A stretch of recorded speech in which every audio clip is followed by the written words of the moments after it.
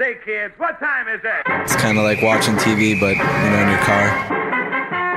104.7 The Cave, Mike the Intern, Jay Stevens, Dark Side of the Stream, episode 128. This week was Jay's pick. It is an awesome documentary, so we're going to get right into it. It's called UFOs Investigating the Unknown. Terrible name. Awful name. Right out the gate. Don't let the name fool you. You hear these stupid UFO, what's in the sky, discovering the secret.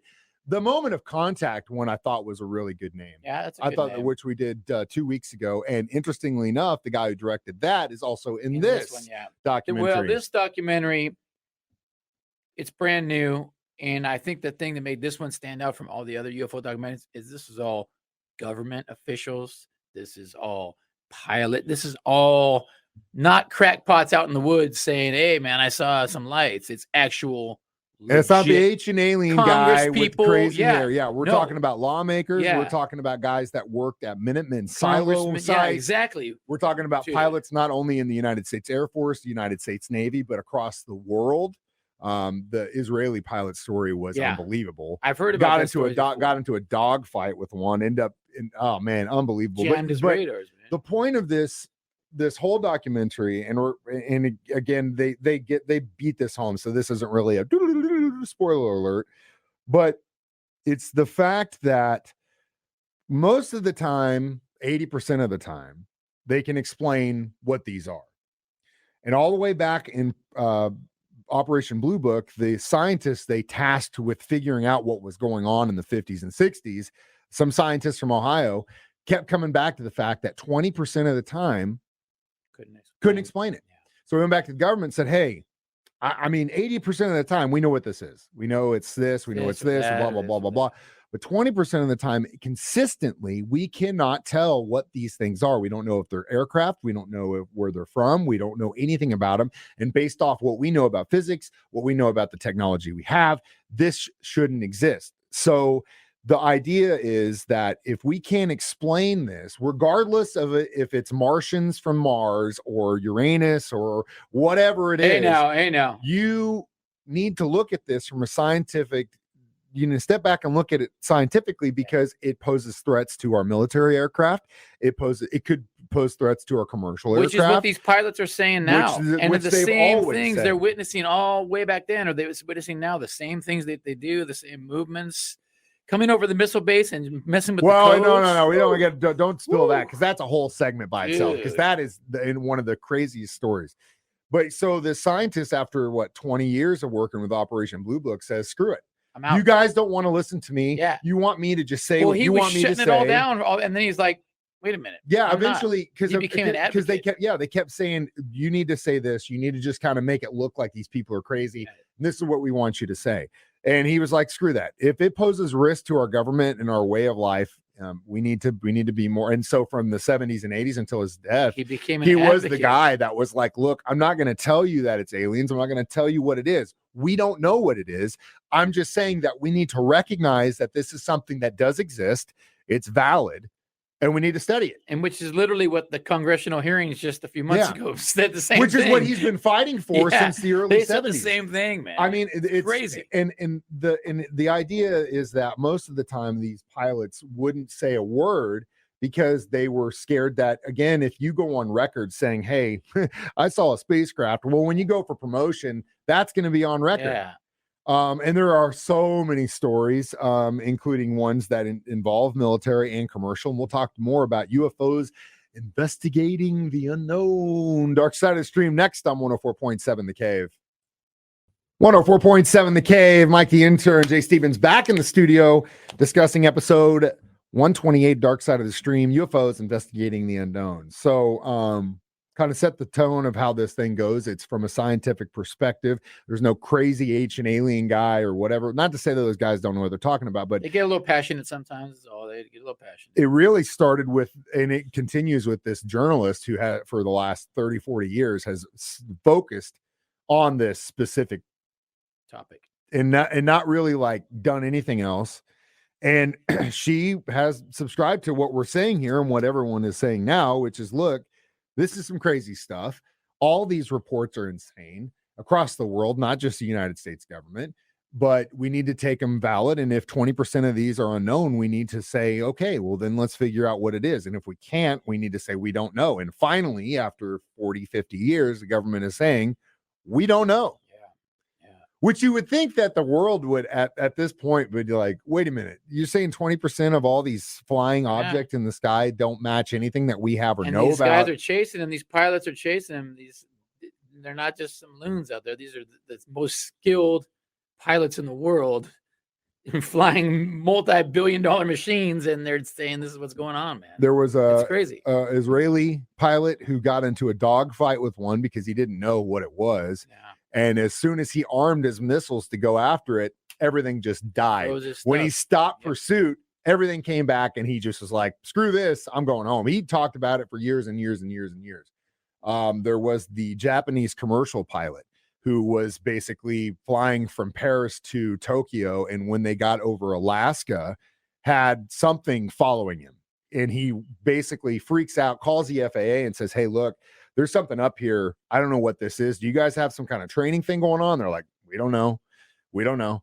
And so this was during the period of time when the government's like, there's no UFOs. You're crazy. Don't worry about it. So the FAA instruct this pilot to like do a 180 turn and then a 360 turn. This thing follows him and everything he does until eventually it just disappears. Man. But then that guy goes in and takes all the data, all the radar data, all the telecommunication data, lays it out, says, look, I'm studying this to see if it was maybe an echo on the radar or some kind of natural phenomenon that we don't know, or it's something that we do know. Can't figure it out. Puts it in front of the CIA. They go, this is great. Cool. We're going to take it all. Thanks. And he's like, what do you mean? Out. And he goes, you never met us? And he goes, well, what was it? It was a UFO. And then they leave. They literally say right during the period of time when the government's saying UFOs don't exist. Yeah. So at the end of the day, again, like if there hasn't luckily been, as that we know of, a loss of life due to these things, whether it was military or commercial, but a lot of military pilots have said there have been very close near misses. Now, if that's just one of those things where these guys or whatever they are screwing with us, they're like, buzz them, boom, what are they going to do? But if a thing can literally turn on at a 90-degree angle and go 13,000 miles per hour, which whatever it wants, the underwater stuff, again, they bring that up. And that's a theory I've subscribed to for a long time, because they've got these things, they'll track them. They'll go underwater for a while and pop right back up. And my thing has always been, that's if you're an alien race and you want to hide, being in the sky is the dumbest thing in the world, because we can all look up. Go to the place where we've literally not searched like 90% of and hide there. If you can transverse universes and get here, no problem. Hiding underwater isn't going to be no problem. Should be no problem at all. And that would make sense. Why wouldn't you? You know what I mean? If they're silent, we have those, I guess, those things underwater where we can like hear whales and seismic movements and stuff. Yeah. God, I hope to God you're watching this. That's my whale. It was the best whale face I've ever seen in my life. But you would think, we're monitoring it. Well, if they're silent, you would have no idea. Yeah. And so the craziest story, though, Jay mentioned next break, right? Yeah, we got to talk about it next. The Minuteman silo incident, which it just blew my mind. We'll get to that next. Dark Side of the Stream on 104.7 The Cave. 104.7 The Cave. Mike the Intern, Jay Stevens back in the studio. Dark Side of the Stream, episode 128. UFOs investigating the unknown. So they go through countless stories. I mean, it's and again, back to what Jay started this thing out. Pilots from not only the United States military, but all over the world. We have lawmakers, Harry Reid, who was really one of the catalysts for pushing this forward in the United States government. And then you got guys that literally worked for Department of Defense, different guys on the cabinet, and that have been guys that work intelligence, with Bush, guys that work with Reagan. I mean, like legit people. There was an individual, which that guy with the giant soul patch beard. I hate that look, dude. Don't even, please, God, don't ever do patch, that. Dog. The soul patch beard. Soul patch is fine, But like whenever Oh, you just the grow it out, soul-fed like beard. like, come on, man, just grow a Oh, beard or don't, Man, whatever. I was going to do that. But that guy worked in the government and claims to have seen videos that we still have not seen to this day. He had the same problem that, what was it, Dr. Heinrich? Is that how, I think that was his It's name? Heinrich, right? And Yeah. you're talking about Lou Elizondo. He had the same problem that he did, and eventually was like, look, He quit I too. can't be involved in this if you're not going to listen to me when I'm saying these things could pose a threat to our people. And you're just like, well, screw it, and then screw you. I'm not going to deal with it. So it's interesting, these guys that have worked inside government that eventually have been like, you know what? Nah, screw you. You're not listening to me, so I'm going to do everything I can outside to change it. Yeah. So the Minutemen silo incident, there are and probably still are in different locations, but at the time in the early 80s, I believe it was the 80s, during the Cold War, there was a silo, I think it was Montana, and all the time in the United States government, in the United States, we have these nuclear missile silos that are ready to go. Okay. Every one of these missiles are armed, lights green. And there's guys, they're just sitting there waiting. Yeah. just chilling. Give us the word. Yeah. You say the word, you say the magic word, and boom, Because we're going to go. If there is a nuclear missile strike, you only have seconds to react. Yeah. And we've got defense things in place and we know NORAD knows before anything, but we know. So these guys are sitting in there, and all of a sudden they get a call from, because they're 60 feet below the ground, and all of a sudden they get a call from a guard up at the top saying there are these orange lights up here just stationary above the silos. They're sitting here. And so some more guards go up, and eventually they call the commander of the site, who was, I believe, a undersecretary to the Department of Defense or something. He was a high up government official at one point. He gets a call from these guys, and they're freaking out. They're like, look, dude, we don't know what's going on. There are these orange lights. You're just sitting there. And he thought we were under attack, because the last thing he was thinking was that there were UFOs or anything. And so he basically tells them, do not let anything cross the fence, and hangs up. And he's like probably freaking out, because he's like, what the hell? Yeah, how am I going to do this? At that time, again, those missile silos are all armed and ready to go. Green lights across the board. Every now and then, one might fall off. If there's a connection that messes up, or a hiccup in the power or something, one might pop off. But when this was going on and they had all those guys up there, every single one of those missiles disarmed themselves at once. And everyone that was involved in this said that had never happened before. Several bases this has happened. Yeah. And it's never happened since. Like the idea that they all just shut down at once. These things fly over and they can shut down the codes. They just shut it all down. Woo, man. Which, honestly though, if we're going to talk about that, it is intelligent life. This could have been one of those incidents where they are from the future, or they're like us in the preventing future. Ourselves from blowing ourselves up, and all these incidents. There's always a common theme about where they're like, or they're just saying like, hey, dirtbags, don't be idiots. Don't blow this place up. You crazy monkeys. I can literally turn it off in a second. You're not going to have any control. Just sit tight and be a cool dude. So that one was probably the most interesting story to me across the board, with especially when you have these guys who are career military dudes, officials, 20, 30, 40 years in the service. No like crazy drug problems. No, they just serve, man. The other thing that I think was interesting I think the holdout from the government's perspective is that a lot of the video they do have from military aircraft do show our tracking ability. And I think that was probably for the longest time the reason they didn't want to release some of this stuff, because then the enemy knows, well, crap, they can do this. They can see this that quickly, or whatever it is, that detailed. At this point, it doesn't matter. I mean, we're probably more advanced than what we're seeing at this point anyway. So I think that was the holdback. But now, again, it's that 20% you can't explain, man. You can't, this is the state-of-the-art equipment. You can't say, oh, it was just some goofy equipment. Yeah, it was faked. Some crackpot. 20% of the time. This is crazy. Can't figure it out. Man. We're going to give it our Little Green Men review next. Dark Side of the Stream, episode 128 on 104.7 The Cave.